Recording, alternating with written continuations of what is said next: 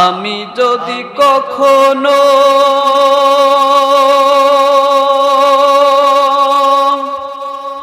তায়েফে যাই,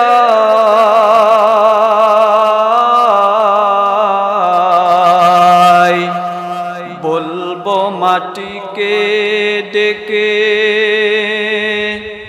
নবীজির খুন ঝরলো কোথায়। কিন্তু আমার ভাইরা, আমার বন্ধুগণ,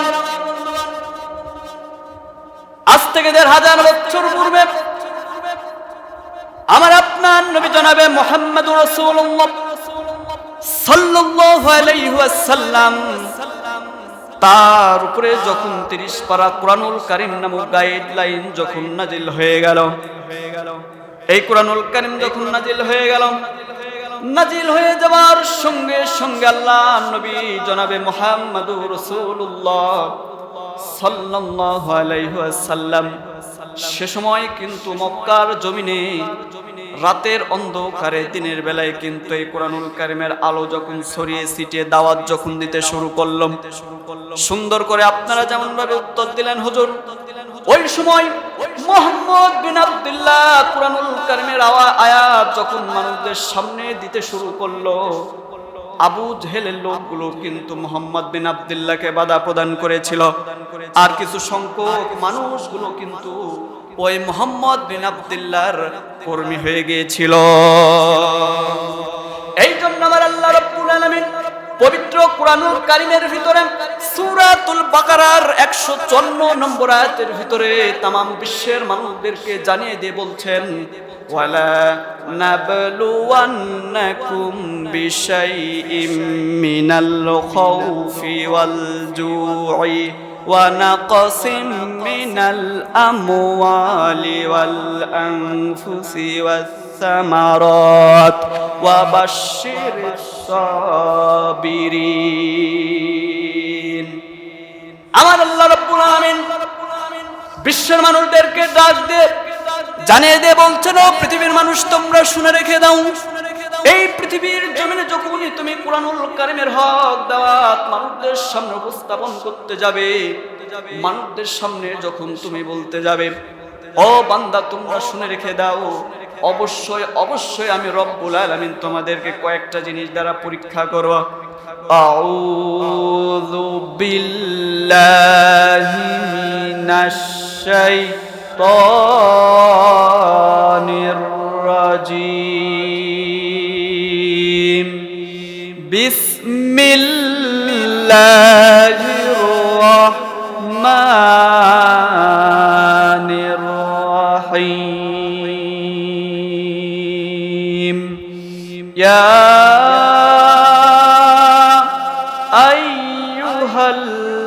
আইয়ুহাল্লাযীনা আমানু সাল্লু আলাইহি ওয়া সাল্লিমু তাসলিমা। আল্লাহুম্মা সাল্লি আলা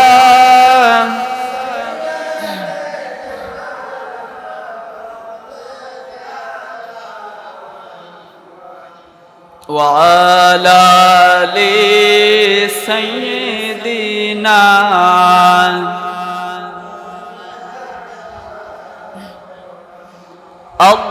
আল্লাহুম্মা সাল্লি আলা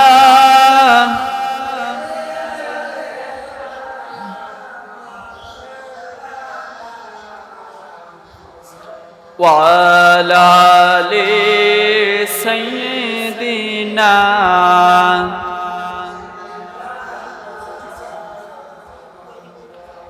আমি যদি কখনো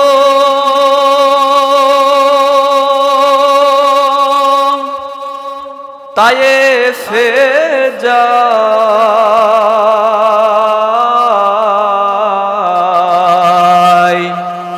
বলবো মাটিকে ডেকে নবীজির খুন ঝরলো কোথায়। আল্লাহুম্মা সাল্লি আলা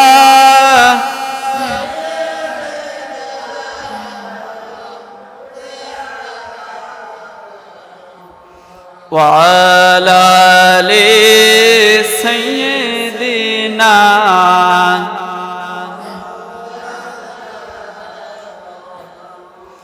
আলহামদুলিল্লাহ আলহামদুলিল্লাহ সকল প্রশংসা সেই মহান রব্বুল আলামিনের, যিনি আমাদেরকে সুস্থ রেখে সবল রেখে দুনিয়াবী বিভিন্ন কাজকর্ম থেকে বিরত রেখে আল্লাহ সুবহানাহু ওয়া তাআলা আমাকে আপনাকে সকলকেই মসজিদে আসার বসার, কোরআন হাদিস থেকে কিছু কথা বলবার এবং শুনবার আল্লাহ সুবহানাহু ওয়া তাআলা আমাকে আপনাকে সকলকে তৌফিক এনে দান করলেন।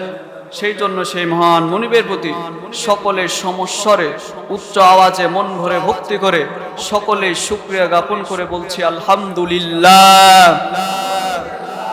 বিশ্বের মানবতার মুক্তিদূত সাইয়্যিদুল মুরসালিন খাতামান নাবিয়্যিন মালিক ইয়াউমিদ্দিন, সেই কিয়ামত দিবসের যিনি সুপারিশদাতা, আইয়ামে জাহিলিয়াত যুগে যাকে প্রেরণ করা হয়েছিল, অন্ধকারচ্ছন্ন মানুষদেরকে যে রাসূল আকরাম সাল্লাল্লাহু আলাইহি ওয়াসাল্লাম আলোর দিশা দেখাইলেন, সেই নবীর প্রতি সকলে মন ভরে ভক্তি করে উচ্চ আওয়াজে সকলেই দুরূদ পেশ করে বলছে সাল্লাল্লাহু আলাইহি ওয়াসাল্লাম।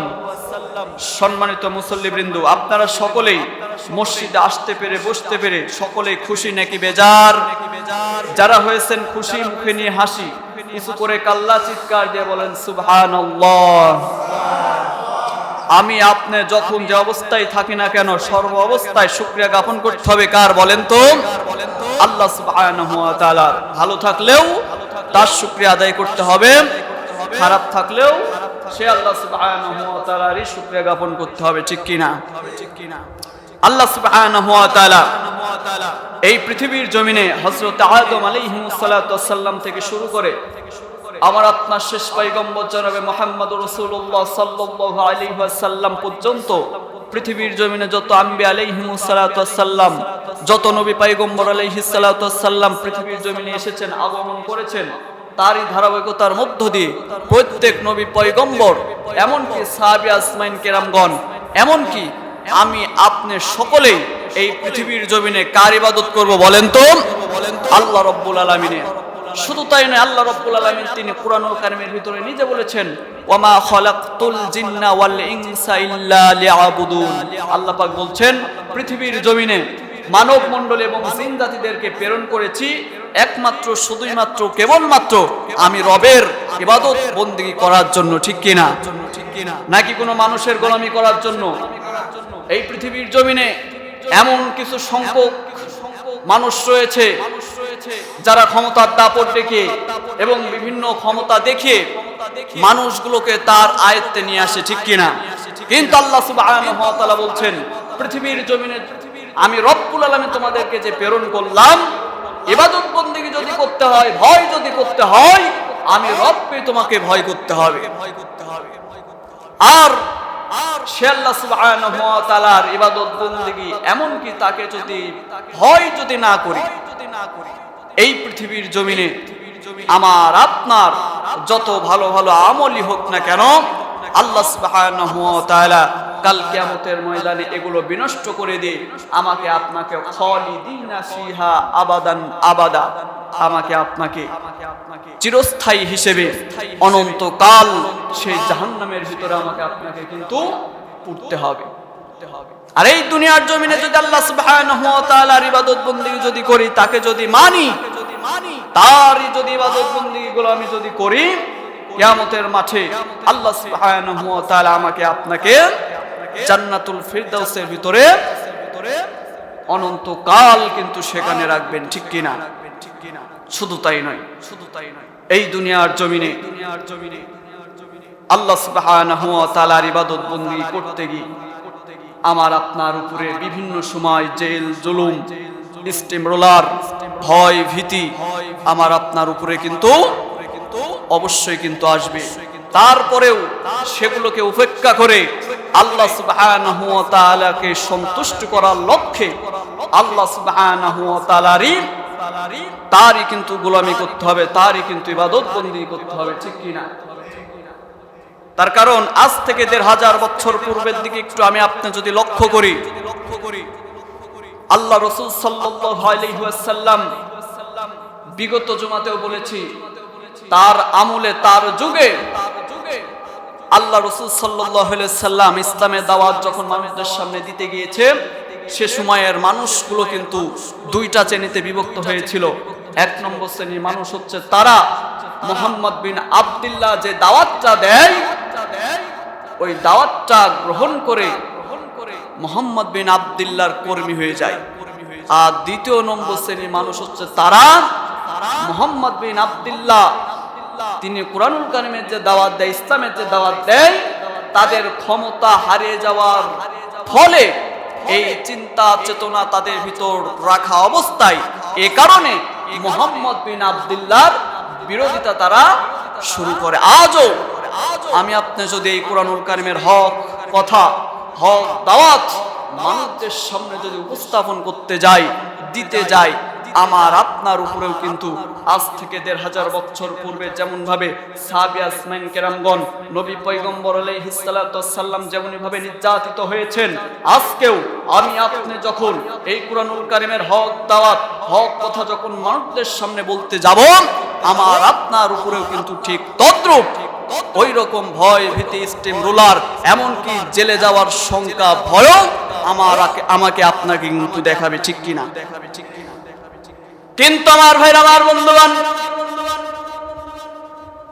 আজ থেকে ১৫০০ বছর পূর্বে আমার আপনার নবী জনাবে মুহাম্মদুর রাসূলুল্লাহ সাল্লাল্লাহু আলাইহি ওয়াসাল্লাম তার উপরে যখন ৩০ পারা কুরআনুল কারীম নামক গাইডলাইন যখন নাজিল হয়ে গেল, এই কুরআনুল কারীম যখন নাজিল হয়ে গেল, নাজিল হয়ে যাওয়ার সঙ্গে সঙ্গে আল্লাহ নবী জনাবে মুহাম্মদুর রাসূলুল্লাহ সাল্লাল্লাহু আলাইহি ওয়াসাল্লাম সে সময় কিন্তু মক্কার জমিনে রাতের অন্ধকারে দিনের বেলায় কিন্তু এই কুরআনুল কারীমের আলো যখন ছড়িয়ে ছিটিয়ে দাওয়াত যখন দিতে শুরু করলাম, সুন্দর করে আপনারা যেমন ভাবে উত্তর দিলেন হুজুর, ওই সময় মুহাম্মদ বিন আব্দুল্লাহ কুরআনুল কারীমের আয়াত যখন মানুষদের সামনে দিতে শুরু করলো, আবু জেহেলের লোকগুলো কিন্তু মুহাম্মদ বিন আব্দুল্লাহকে বাধা প্রদান করেছিল। আর কিছু সংখ্যক মানুষগুলো কিন্তু ওই মুহাম্মদ বিন আব্দুল্লাহর কর্মী হয়ে গিয়েছিল। এই জন্য আমার আল্লাহ রাব্বুল আলামিন পবিত্র কুরআনুল কারীমের ভিতরে সূরাতুল বাকারার ১৫৪ নম্বর আয়াতের ভিতরে तमाम বিশ্বের মানুষদেরকে জানিয়ে দিয়ে বলছেন, ওয়ালা নাবলুওয়ান্নাকুম বিশাইইম মিনাল খাউফি ওয়াল জুই ওয়া নাকসিম মিনাল আমওয়ালি ওয়াল আনফুসি ওয়াস সামারাত ওয়া বাশশিরিস সাবিরিন। আমার আল্লাহ রাব্বুল আলামিন বিশ্বের মানুষদেরকে ডাক দিয়ে জানিয়ে দিয়ে বলছেন, ও পৃথিবীর মানুষ, তোমরা শুনে রেখে দাও, এই পৃথিবীর জমিনে যখনই তুমি কুরআনুল কারীমের হক দাওয়াত মানুষদের সামনে উপস্থাপন করতে যাবে, মানুষদের সামনে যখন তুমি বলতে যাবে, ও বান্দা তোমরা শুনে রেখে দাও, অবশ্যই অবশ্যই আমি রব্বুল আলামিন তোমাদেরকে কয়েকটা জিনিস দ্বারা পরীক্ষা করব। আমার আল্লাহ রব্বুল আলামিন এই আয়াতের ভিতরে সুন্দর করে ডাক দিয়ে জানিয়ে দিয়ে বলছেন, ওয়ালা নাবলুওয়ান্নাকুম বিশাইইম মিনাল খাউফি ওয়াল জুই ওয়া নাকসিম মিনাল আমওয়ালি ওয়াল আনফুসি ওয়াস সামারাত। আমার আল্লাহ পাক तमाम বিশ্বের মানুষদেরকে জানিয়ে দিয়ে বলছেন, তোমাকে আমি রব্বুল আলামিন অবশ্যই সন্তান সন্ততি ফসলাদি ক্ষয়ক্ষতির দ্বারা এমনকি ভয় দ্বারা তোমাদেরকে পরীক্ষা করব। কিন্তু বান্দা বান্দি শোনো, এই পরীক্ষার মধ্য দিয়ে যদি তুমি ওয়াবাশশিরিস সাবিরিন, তোমরা যদি ধৈর্য ধারণ করতে পারো, উত্তীর্ণ যদি হতে পারো, আমি রব্বুল আলামিন ঘোষণা দিয়ে দিলাম, কাল কিয়ামতের ময়দানে তোমার জীবনে যতগুলো আমলনামায় গুনাহ রয়েছে আমি রব্বুল আলামিন সমস্ত গুনাহগুলোকে মাফ করে দিয়ে কাল কিয়ামতের মাঠে তোমাকে আমি রব্বুল আলামিন জান্নাতে প্রবেশ করাবো।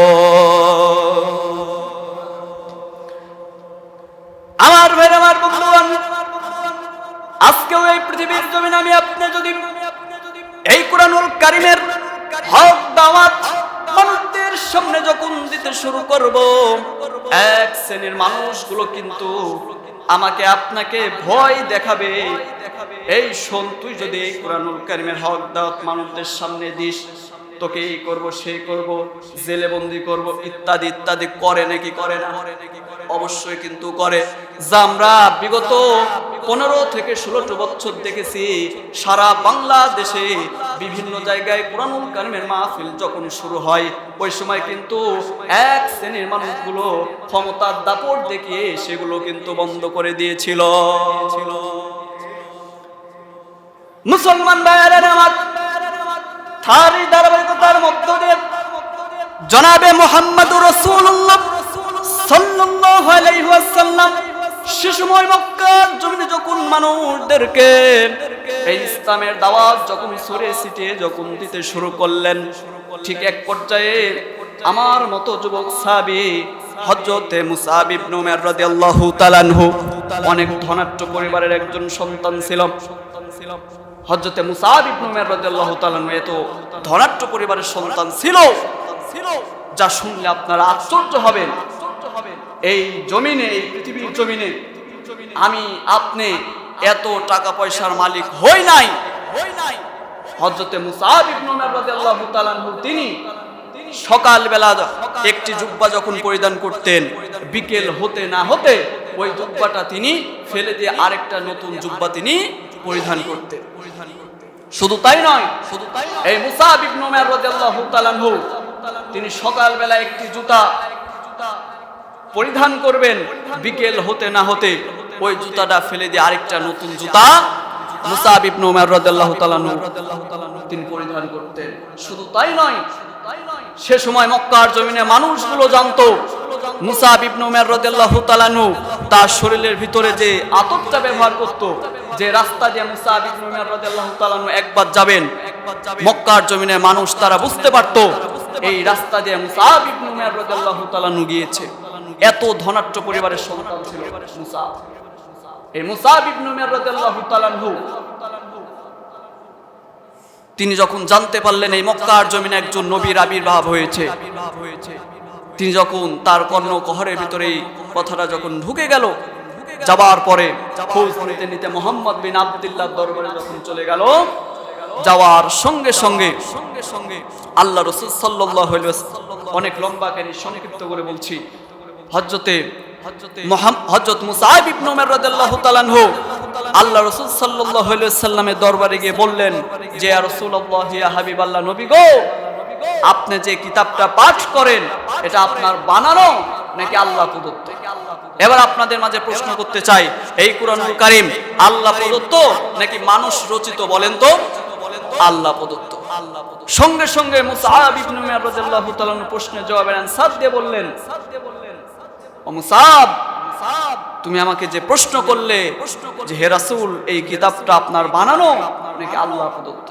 এই কিতাবটা আল্লাহ সুবহানাহু ওয়া তাআলা আমার উপরে নাজিল করেছেন মানুষদেরকে পথ প্রদর্শক হিসেবে, আলোর নিশা দেখানোর জন্য। এক পর্যায়ে মুসআব ইবনে উমাইর রাদিয়াল্লাহু তাআলা আনহু তিনি বলছেন, ইয়া রাসূলুল্লাহ, ইয়া হাবিবাল্লাহ, আমাকে আপনি ইসলাম ধর্ম গ্রহণ করিয়ে দিন।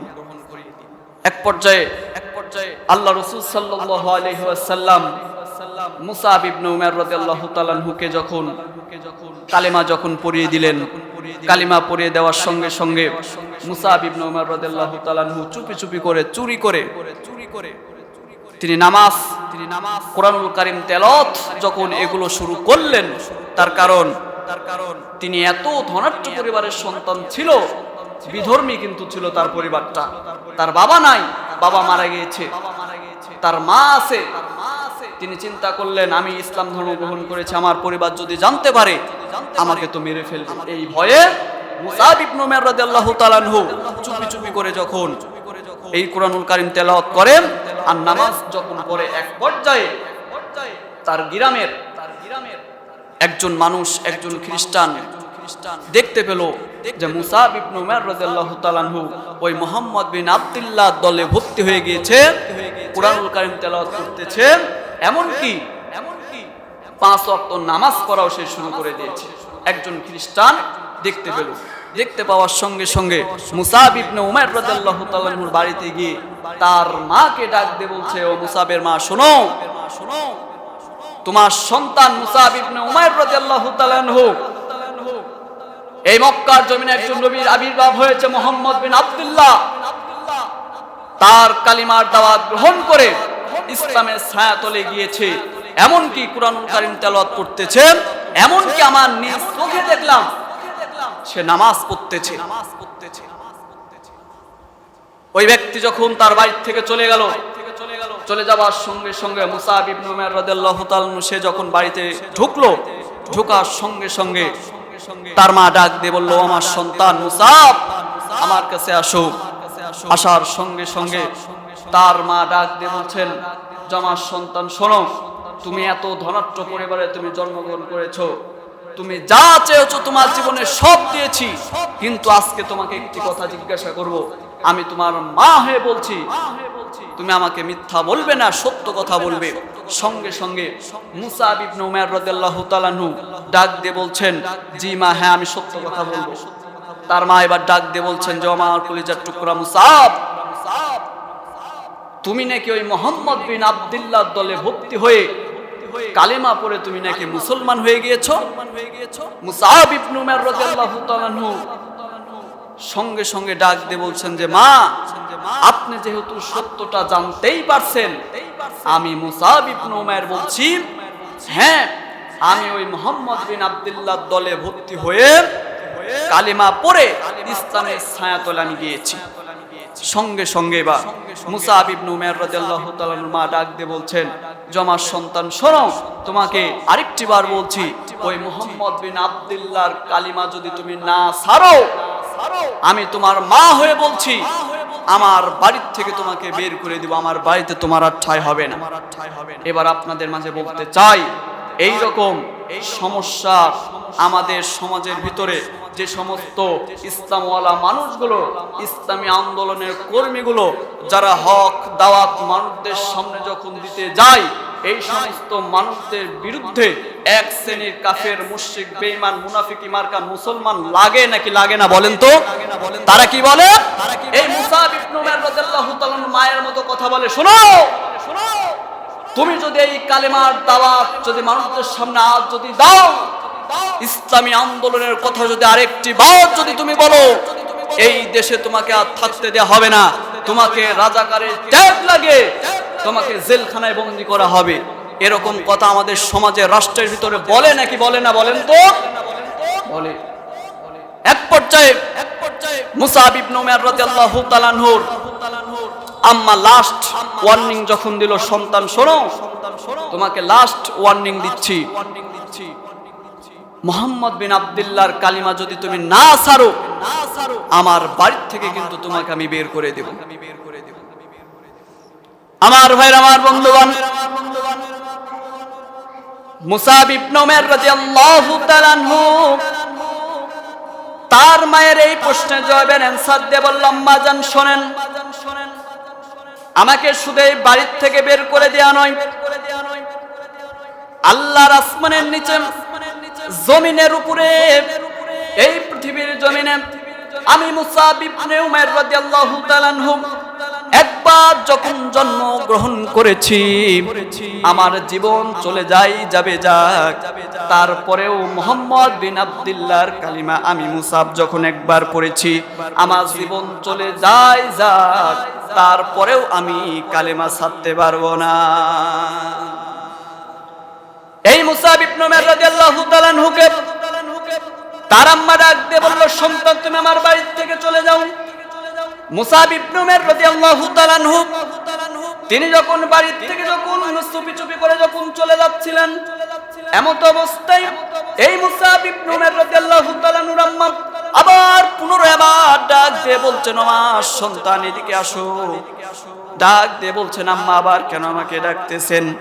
তার আম্মা ডাক দিয়ে বলছেন, আমার সন্তান শুনে রেখে দাও, তোমার শরীরের ভিতরে যে পোশাকগুলো রয়েছে, ওই পোশাকগুলো আমি তোমার মায়ের টাকার কিনা, ওই পোশাকগুলো তুমি খুলে তারপরে চলে যাও। মুসাব ইবনে উমাইর রাদিয়াল্লাহু তাআলা আনহুর শরীরের ভিতরে যে পোশাকগুলো ছিল, সঙ্গে সঙ্গে একটিবারও চিন্তা ভাবনা না করে হযরতে মুসাব ইবনে উমাইর রাদিয়াল্লাহু তাআলা আনহু ওই পোশাকগুলো খুলে সঙ্গে সঙ্গে একটি মোটা মোটা চট জাতীয় কাপড় তার পরনে পরিধান করে হাঁটি হাঁটি পা পা করে যখন চলে যাচ্ছিলেন, এমত অবস্থায় মুহাম্মদ বিন আব্দুল্লাহ জনাবে মুহাম্মাদুর রাসূলুল্লাহ সাল্লাল্লাহু আলাইহি ওয়াসাল্লাম আপনারা যেমন করে আমার সামনে বসে রয়েছেন, এরকম করে আল্লাহ রাসূল সাল্লাল্লাহু আলাইহি ওয়াসাল্লাম সাহাবীদেরকে কোরআন এবং হাদিসের দার্স দিচ্ছিলেন। মুসাব ইবনে উমাইর রাদিয়াল্লাহু তাআলা আনহু বিশ্ব নবীর সামনে যখন চলে গেল, চলে যাওয়ার সঙ্গে সঙ্গে লম্বা একটি সালাম দিয়ে ডাক দিয়ে বলছেন, ইয়া রাসূলুল্লাহ ইয়া হাবিবাল্লাহ। আল্লাহর নবী দেখতে পেলেন এই মক্কার জমিনে সব থেকে বড় ধনাঢ্য পরিবারের একজন সন্তান হযরতে মুসাব ইবনে উমাইর রাদিয়াল্লাহু তাআলা আনহু কিন্তু আমার দরবারে যখন আসলো, আমি নবী যখন তার দিকে খেয়াল করলাম, তার কনকনে শীতের সময় মুসাব ইবনে উমাইর রাদিয়াল্লাহু তাআলা আনহুর পরনে কোনো কাপড় নাই, শুধুমাত্র লজ্জাস্থানটা ঢাকার জন্য একটি মোটা জাতীয় চট জাতীয় কাপড় সে পরিধান করে আছে। সঙ্গে সঙ্গে এবার আল্লাহর নবী একজন সাহাবীকে ডাক দিয়ে বলছেন, আমার সাহাবী রে, এই যে মুসাব ইবনে উমাইর রাদিয়াল্লাহু তাআলা আনহু সবেমাত্র কালেমা ইসলাম ধর্ম গ্রহণ করেছে। এই ইসলাম ধর্ম গ্রহণ করার অপরাধে তার মা তার বাড়ি থেকে আজীবনের জন্য বের করে দিয়েছে, তার জন্য তোমরা কি এক টুকরো কাপড়ের ব্যবস্থা করবা না? সঙ্গে সঙ্গে এবার একজন আল্লাহ নবী জলিলুল কদর সাহাবী বিশ্ব নবীর এই কথা মোতাবেক এক টুকরো কাপড়ের যখন ব্যবস্থা করলেন, ব্যবস্থা করার সঙ্গে সঙ্গে যখন মুসাব ইবনে উমাইর রাদিয়াল্লাহু তাআলা নূর কাছে যখন দিয়ে দিল, দিয়ে দেওয়ার সঙ্গে সঙ্গে মুসাব ইবনে উমাইর রাদিয়াল্লাহু তাআলা আনহু তার পরিধানে যখন কাপড়টা পরল, আল্লাহর নবী এবার বললেন, ও মুসাব রে, আমার কাছ থেকে যখন তুমি তোমার বাড়িতে চলে গেলে, ভালোভাবেই তো তুমি তোমার বাড়িতে চলে গেলে রে মুসাব, কিন্তু কেমন হয়ে গেল, তোমার পরনে কোনো কাপড় দেখতেছি না। মুসাব ইবনে উমাইর রাদিয়াল্লাহু তাআলা আনহু ডাক দিয়ে বলছেন, ইয়া রাসূলুল্লাহ ইয়া হাবিবাল্লাহ, নবী গো, শুধুমাত্র একটাই আমার অপরাধ, আপনার ইসলামের কালেমা কুরআনুল কারীমের ছায়াতল আসার কারণে আমার মা আমাকে বাড়ি থেকে বের করে দিয়েছে। শুধু বের করেই দেয় নাই, তার টাকার কেনা কাপড় আমি যে পরিধান করেছিলাম ওই কাপড়গুলো আমার মা খুলে রেখে দিয়েছে।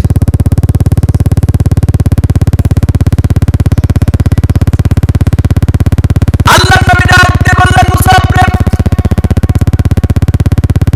আজ থেকে ১৫০০ বছর পূর্বে এই পৃথিবীর জমিনে হযরত আদম আলাইহিস সালাম থেকে শুরু করে আমি নবী পর্যন্ত যত মানুষগুলো এই পৃথিবীর জমিনে এসেছে, যারা এই কুরআনুল কারীমের ছায়াতলে এসেছে, প্রত্যেক মানুষদের কিন্তু এই ইসলামের ছায়াতলে আসার কারণেই তাদেরকে পরীক্ষা দিতে হয়েছে।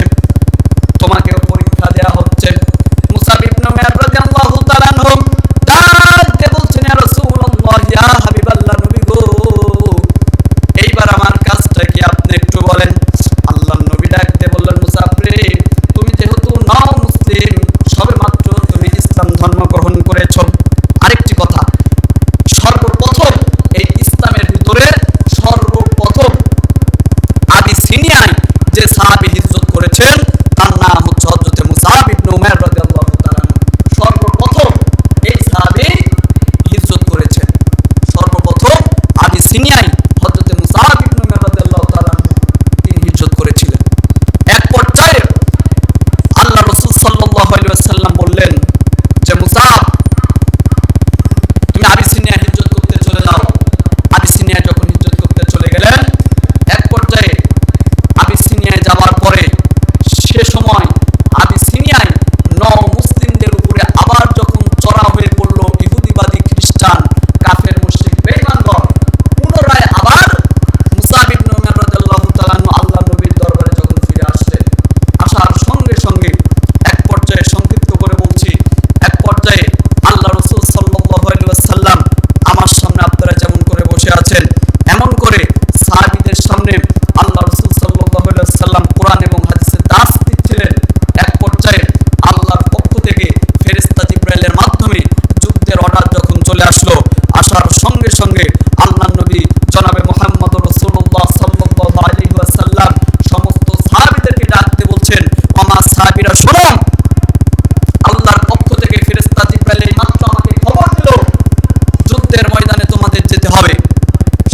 সঙ্গে ওই সাহাবীগুলোর ভিতরে আমার মতো যুবক সাহাবী সবে মাত্র ইসলাম ধর্ম গ্রহণ করেছে, মুসলিম, হযরতে মুসআব ইবনে উমাইর রাদিয়াল্লাহু তাআলা আনহু তিনি দাঁড়িয়ে গিয়ে বলছেন যে ইয়া রাসূলুল্লাহ, ইয়া হাবিবাল্লাহ, নবী গো, আমি ওই যুদ্ধের ময়দানে যেতে চাই। আল্লাহর নবী ডাক দিয়ে বলছেন, মুসআব, তুমি যুদ্ধের ময়দানে যেতে চাও, ঠিক আছে, কিন্তু তার আগে আমি নবী তোমাকে আরেকটি কথা বলছি। যুদ্ধের ময়দানে তুমি যাবে, ঠিক আছে, কিন্তু তোমার পরিবারের কাছ থেকে আরেকটি বাত তুমি অনুমতি নিয়ে আসো। হযরতে মুসআব ইবনে উমাইর রাদিয়াল্লাহু তাআলা আনহু তিনি ডাক দিয়ে বলছেন যে ইয়া রাসূলুল্লাহ, ইয়া হাবিবাল্লাহ, নবী গো, শুনেন, আপনার কালেমা ইসলামের ছায়াতলে যেদিন আমি মুসআব আসি, তারপরে আমার পরিবারের লোকজন যখন জানতে পারলো, জানতে পাওয়ার সঙ্গে সঙ্গে আমার পরিবার আমাকে আর আমার বাড়িতে রাখে নাই, আমাকে আমার বাড়ি থেকে আজীবনের জন্য বের করে দিয়েছে। অতএব আমি মুসআব আমার বাড়িতে পুনরায় আর অনুমতি নিয়ে আসা লাগবে না। আমি মুসআব ইবনে উমাইর বলছি, আমাকে অনুমতি আপনি দিয়ে দিন, আমি যুদ্ধের ময়দানে যাইতে চাই। আমার ভাইরা, আমার বন্ধুগণ, মুসআব ইবনে উমাইর রাদিয়াল্লাহু তাআলা আনহু আল্লাহর নবীকে এই কথা যখন বললেন, বলার সঙ্গে সঙ্গে আল্লাহর নবী জনাবে মুহাম্মদুর রাসূলুল্লাহ সাল্লাল্লাহু আলাইহি ওয়াসাল্লাম ডাক দিয়ে বলছেন, মুসআব রে, তুমি আমার সামনে এগিয়ে আসো। সঙ্গে সঙ্গে যখন মুসআব ইবনে উমাইর রাদিয়াল্লাহু তাআলা আনহু আল্লাহর নবীর দরবারে যখন এগিয়ে গেল, যাওয়ার সঙ্গে সঙ্গে আল্লাহর নবী সাল্লাল্লাহু আলাইহি ওয়াসাল্লাম হযরতে মুসআব ইবনে উমাইর রাদিয়াল্লাহু তাআলা আনহুর হাতে দুইটা জিনিস তুলে দিলেন। জোরে বলেন, কয়টা? এক নম্বর জিনিস হচ্ছে তরবারি, দুই নম্বর জিনিস হচ্ছে কালেমার পতাকা। এই দুইটা জিনিস যখন আল্লাহর নবী জনাবে মুহাম্মদুর রাসূলুল্লাহ সাল্লাল্লাহু আলাইহি ওয়াসাল্লাম, জনাবে মুহাম্মদুর রাসূলুল্লাহ সাল্লাল্লাহু আলাইহি ওয়াসাল্লাম মুসআব ইবনে উমাইর রাদিয়াল্লাহু তাআলা আনহুর হাতে যখন তুলে দিল, তুলে দেওয়ার সঙ্গে সঙ্গে আল্লাহর নবী ডাক দিয়ে বলছেন, মুসআব রে, যাও, তুমি যুদ্ধের ময়দানে চলে যাও। এবার সঙ্গে সঙ্গে মুসআব ইবনে উমাইর রাদিয়াল্লাহু তাআলা আনহু ওইখানে এক মুহূর্তের জন্য তিনি দেরি করলেন না। সঙ্গে সঙ্গে মুসআব ইবনে উমাইর রাদিয়াল্লাহু তাআলা আনহু যুদ্ধের ময়দানে চলে গেল। যুদ্ধের ময়দানে চলে যাওয়ার সঙ্গে সঙ্গে তিনি দেখতে পেলেন অসংখ্য কাফের মুশরিক বেঈমান তার সামনে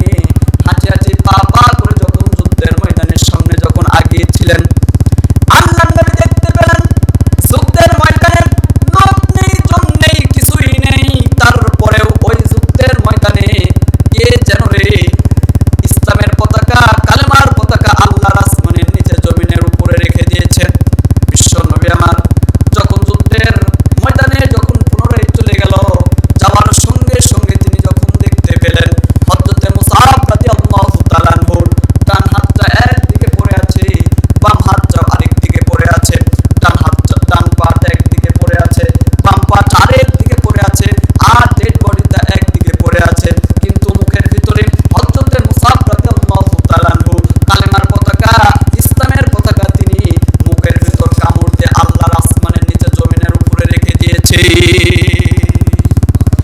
আল্লাহ নবী একদম সাহাবীকে বলল, মা সাহাবী শোনো, তোমাদের সাথী ভাই সবেমাত্র কয়েকদিন আগে ইসলাম ধর্ম গ্রহণ করেছেন। এই ইসলাম ধর্ম গ্রহণ করার অপরাধে হযরত মুসাব রাদিয়াল্লাহু তাআলা আনহু আজকে তাকে সাদর বরণ করতে হলো। ওমা সাহাবী তোমরা শুনে রেখে দাও, হযরত মুসাব রাদিয়াল্লাহু তাআলা আনহুর দুহাত দুপা দুটো এক জায়গায় করে নাও। ওমা ভাইরা আমার বন্ধুগণ, এবার আল্লাহর নবী সাল্লাল্লাহু আলাইহি ওয়াসাল্লাম সমস্ত সাহাবীদেরকে ডাক দিয়ে বলল, মা সাহাবীরা তোমরা শুনে রেখে দাও, তোমাদের এই সাথী ভাইকে আজকে দাফন কাফন করতে হবে, সেই ব্যবস্থা তোমরা করে ফেলো।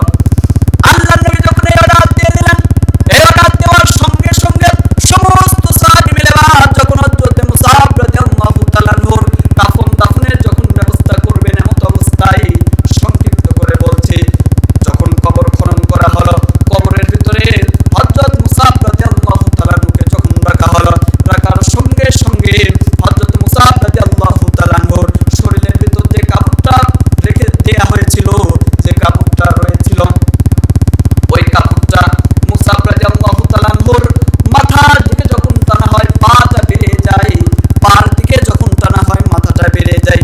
আল্লাহর নবীর কাছে যখন সংবাদ পৌঁছানো হলো, আল্লাহর নবী ডাক দিয়ে বললেন, আমার সাহাবী শোনো, এই যে কবরের পাশে বিশাল বড় বড় ঘাস দেখা যাচ্ছে, আমার সাহাবী তোমাদের ভিতর থেকে একজন ওই বড় বড় ঘাসগুলো তোমরা টেনে টেনে ছিঁড়ে আনো।